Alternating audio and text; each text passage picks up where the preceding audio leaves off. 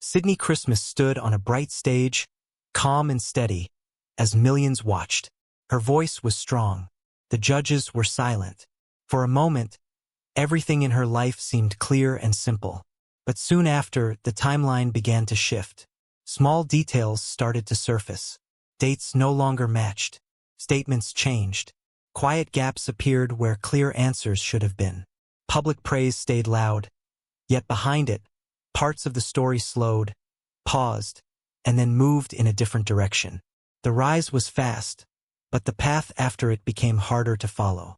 And somewhere in that space, questions began to form that were never fully explained. Public records place Sydnie Christmas's early life in the United Kingdom, where she grew up in a stable home environment. Family members later described a structured routine centered on school, practice, and performance. From an early age, she showed a steady interest in singing and stage work.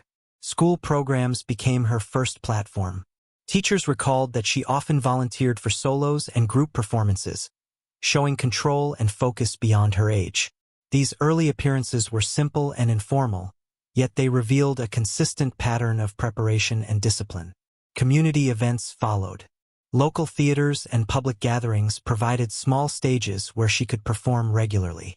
Archived programs and event listings confirm her participation in seasonal concerts, youth productions, and charity shows. These appearances were frequent but limited in scale, often drawing modest audiences. Still, each event added to a growing performance record. Over time, her presence in these spaces became routine. Organizers began listing her name more often, suggesting rising trust in her ability to deliver reliable performances. During this period, she enrolled in performing arts programs designed to prepare students for professional pathways. Training included vocal technique, stage movement, and breath control. Attendance records and early promotional materials show that she committed several hours each week to instruction and practice. Friends from these programs later recalled her consistent attendance and structured rehearsal habits. Unlike many students who treated classes as extracurricular activities, her schedule reflected long-term planning. At the same time, she began sharing short singing clips online. Early videos were simple recordings, often filmed in controlled indoor settings. These clips attracted limited attention at first. Engagement increased slowly, measured in small increases in views and comments. Over months, her tone improved, and delivery became more stable. The recordings show gradual progress rather than sudden jumps in ability. Each upload added to a growing archive of practice and performance. Local media coverage during this stage remained limited. Small press mentions appeared around school events and community shows. Articles described her as dedicated and focused, highlighting family support and steady ambition. Interviews from this period avoided dramatic framing. Instead, they emphasized routine, discipline, and long-term goals. Her public narrative centered on training and patience rather than immediate success. Friends described her as organized, often balancing school responsibilities with rehearsal schedules. Social media posts reflected consistent planning, showing rehearsal spaces, practice sessions, and travel to small venues. There were no public references to major struggles or disruptions. Her progress appeared smooth and methodical. As national casting opportunities approached, her background suggested steady preparation. Performance logs showed regular activity leading up to audition periods. However, early timelines began to show small differences. Some reports listed the start of her formal vocal training several years earlier than others. Certain profiles described a longer stage history, while others suggested a shorter preparation period. Archived interviews presented slight variations in how long she had been training and when she first appeared on stage. These differences were minor, but they introduced uncertainty into the timeline. While all sources agreed on her early dedication and discipline, the exact starting point of her professional development remained unclear.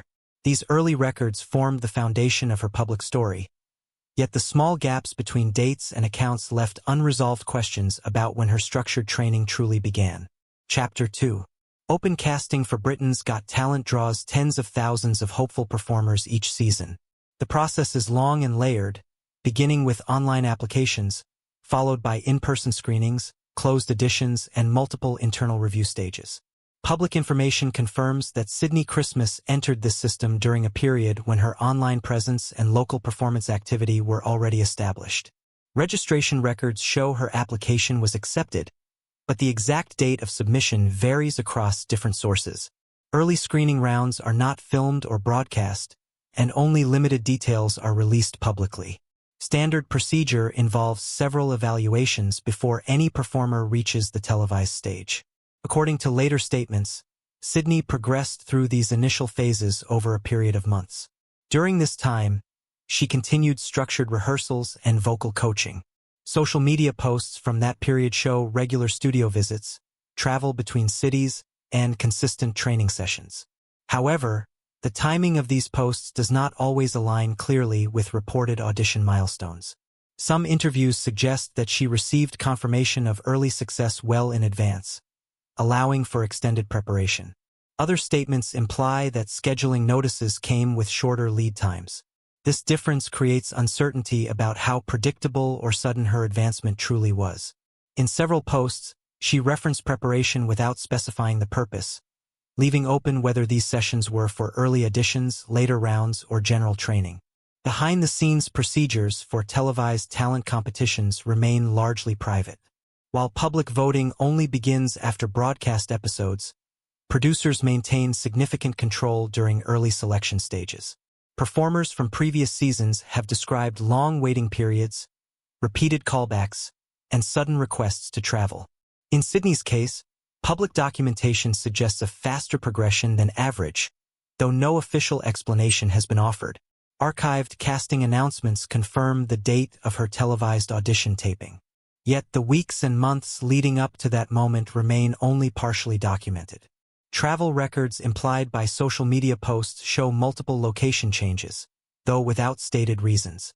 Studio bookings increased, suggesting intensive preparation, but it is unclear whether these sessions were self-directed or guided by production requirements. Some online posts were later removed or edited, making full reconstruction of the timeline more difficult. Screenshots preserved by fans indicate earlier captions that referenced key dates later adjusted or deleted. These edits did not directly contradict official information, but they narrowed available context. As a result, several transitional stages in her audition journey remain undocumented. Industry norms indicate that most performers wait extended periods between audition rounds. In contrast, Sydnie's public activity during this phase showed few extended breaks. Rehearsal frequency appeared consistent, and travel remained steady. This pacing suggests either continuous advancement or ongoing preparation without clear external markers. Public confirmation of her final selection arrived shortly before the broadcast announcement. At that point, her schedule intensified, with rehearsals, styling sessions, and production meetings implied through brief social updates. However, exact sequencing of these events remains unclear. While her televised appearance date is fixed, the internal selection process leading to it lacks detailed public documentation. The compressed appearance of her progress, combined with limited disclosure, leaves open questions about how quickly her audition moved through internal review and what factors influenced that pace. Chapter 3. Sydnie Christmas's televised appearance unfolded under carefully controlled conditions. The stage lighting, camera angles, and quiet pause before her performance created a focused setting. She stood still, offered brief introductions, and began singing without delay. Her delivery showed control and precision. The judges listened without interruption. Audience reaction remained restrained until the final notes, when applause filled the studio. Within minutes, short clips began circulating across social platforms. Online engagement increased rapidly. View counts rose into the millions within hours. Comments focused on technical skill, tone, and stage presence. News outlets quickly published short profiles summarizing her background. Headlines emphasized preparation, discipline, and steady development. Her performance became one of the most shared segments of the episode. Interviews released shortly after broadcast reflected calm professionalism and clear messaging. She spoke in measured terms, referring to training routines, support systems, and long-term goals. Public response remained largely consistent. Television segments replayed her performance. Radio programs discussed vocal technique. Digital platforms amplified short clips. Analytics showed sustained interest across multiple regions. Her follower counts increased sharply. Media requests expanded. Scheduling adjustments followed, suggesting rapid coordination between broadcast exposure and publicity efforts. As attention intensified, earlier interviews and press profiles resurfaced. Some observers compared new statements with archived material. Minor variations appeared in descriptions of her training timeline and early performances. In some interviews, she referenced a longer period of structured instruction. In others, she described a shorter, more informal development path. These differences did not directly contradict one another, yet they created subtle shifts in her public narrative. Televised commentary focused on present performance rather than past details. Judges praised vocal strength and control, offering limited reference to background history. Audience reactions mirrored this focus, centering on immediate impact rather than personal story.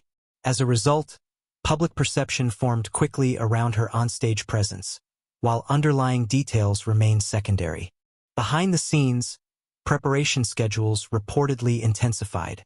Social posts showed rehearsals, wardrobe fittings, and travel. Each update offered only brief glimpses, without full explanation. While performance schedules became more visible, planning processes stayed private. Industry norms suggest that such periods involve coordinated input from producers, coaches, and public relations teams, though no official confirmations were released. Media coverage expanded to include longer interviews. These segments introduced small changes in phrasing regarding her journey. Statements about first performances, earliest training, and initial influences differed slightly across outlets. Some descriptions emphasized early discipline, while others framed her progress as gradual discovery. None clarified specific dates. Public records from local events remained consistent in listing her appearances.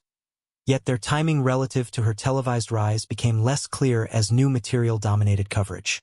Archived clips and articles from earlier years began circulating, often without context. This created overlapping narratives, each presenting fragments of her development. As her public image solidified, focus shifted toward upcoming rounds and future projects. Discussions of background detail diminished. Attention remained fixed on performance results and advancement. Interviews prioritized preparation for subsequent stages rather than reflection on early history. The rapid shift from local performer to national figure compressed public understanding of her journey. While the performance itself remained central, the layering of new narratives over older records introduced small inconsistencies. These differences remained unaddressed as media momentum continued, leaving unanswered questions about how certain details aligned within the larger timeline. Chapter 4. Following her televised success, Sydnie Christmas entered a phase of rapid professional expansion. Performance invitations increased sharply. Booking announcements appeared across multiple platforms, often with short notice. Concert venues, private events, and televised segments scheduled appearances within tight windows. Travel patterns reflected frequent movement between cities, suggesting a demanding itinerary. Each confirmed appearance added to a growing calendar that left limited gaps for rest or extended preparation. New management and representation arrangements soon followed. Public announcements confirmed partnerships with industry professionals, though specific contract details were not released. Press statements described strategic planning and long-term development, yet offered few operational details. Industry norms suggest that such transitions involve structured decision-making and brand positioning. However, in this case, little information was made available regarding how these strategies were formed or who guided them. Her public presentation began to evolve. Wardrobe choices, performance staging, and interview tone showed subtle shifts. Early appearances emphasized simplicity and technical focus. Later performances introduced more polished visual elements. This change suggested coordinated branding efforts. While adjustments in image are common for emerging performers, the speed of these refinements drew attention. Each modification appeared carefully timed to coincide with new media opportunities. Studio sessions increased, with social media posts referencing recording work and rehearsals. However, details surrounding these projects remained limited. Announcements hinted at upcoming releases, yet formal confirmations were delayed. This created a cycle of anticipation without clear timelines. Public statements focused on preparation rather than results. Scheduling coordination appeared highly centralized. Interviews referenced guidance from professional teams, but names and roles were rarely specified. Inquiries about management structure were met with general responses emphasizing collaboration. Without transparent breakdowns, it remained unclear how decisions regarding bookings, branding, and media appearances were prioritized. Some industry observers noted the compressed timeline between her televised debut and expanded professional engagements. Standard career growth often allows gradual scaling. In this case, exposure and opportunity increased almost simultaneously. While such acceleration can occur following high-profile appearances, the degree of coordination suggested extensive planning. Public-facing communications remained carefully controlled. Statements across platforms showed consistent phrasing and tone. This uniformity indicated structured messaging. However, earlier spontaneous updates became less frequent. Informal behind-the-scenes glimpses gave way to professionally produced content. Despite increasing visibility, documentation regarding internal operations stayed minimal. No detailed accounts outlined how her career direction was being shaped. This absence limited public understanding of the mechanisms driving her rapid development. As her schedule filled and presentation refined, her public identity continued to shift from emerging performer to established act. Yet the speed and precision of these changes raised questions about unseen influences guiding her direction. Without open records, the forces shaping her expanding career remained largely undefined. Chapter 5. As Sydnie Christmas's public profile grew, her schedule intensified noticeably. Appearances that had previously been spaced out became closely packed. Concerts, interviews, and promotional events occurred with minimal gaps, often requiring rapid travel between locations. Publicly documented bookings show a sequence of engagements that left little room for extended rest or unplanned delays. Each day appeared structured to maximize exposure, with rehearsals, media interactions, and live performances arranged in tight succession. Social media activity from this period reflected continuous engagement. Posts frequently highlighted studio sessions, rehearsals, and backstage preparations. Images and short videos captured moments of practice and transit, though they provided only partial insight into the broader schedule. While public content suggested routine activity, the intensity of documented movement implied long hours and careful planning. Some scheduled appearances were altered or postponed, though official reasons were limited. Press releases noted minor timing adjustments without specifying underlying causes. Archived posts indicate brief gaps in activity, but these were not publicly explained. Observers noted that the changes were sporadic and often unaccounted for, introducing uncertainty about what prompted them. Interview segments during this period emphasized preparation and performance readiness. Statements focused on technical aspects of singing, stage presence, and upcoming appearances. Rarely did discussions reference personal schedules, fatigue, or management decisions. The public-facing narrative concentrated on output rather than the processes that enabled it. Behind the scenes, coordination appears to have been intensive. Social media hints, combined with confirmed bookings, suggest that rehearsal time, travel, and media coordination were managed in a highly structured manner. Industry norms for high-level talent indicate similar pacing, yet the frequency of successive commitments in Sydnie's case exceeded typical expectations for performers of similar experience. Despite the apparent smoothness of public appearances, the small gaps and schedule adjustments indicate that not all activity was fully documented. The underlying reasons for these changes remain undisclosed. Whether due to personal factors, logistical constraints, or production requirements, the details behind the shifts were never made clear. The concentrated sequence of performances and media engagements points to a sustained demand on her time and resources. While the outward presentation suggested continuous readiness, the precise coordination of travel, rehearsals, and live events leaves questions. The unexplained adjustments in her schedule suggest that pressures behind her public appearances were present, though the source and nature of those pressures remain undefined.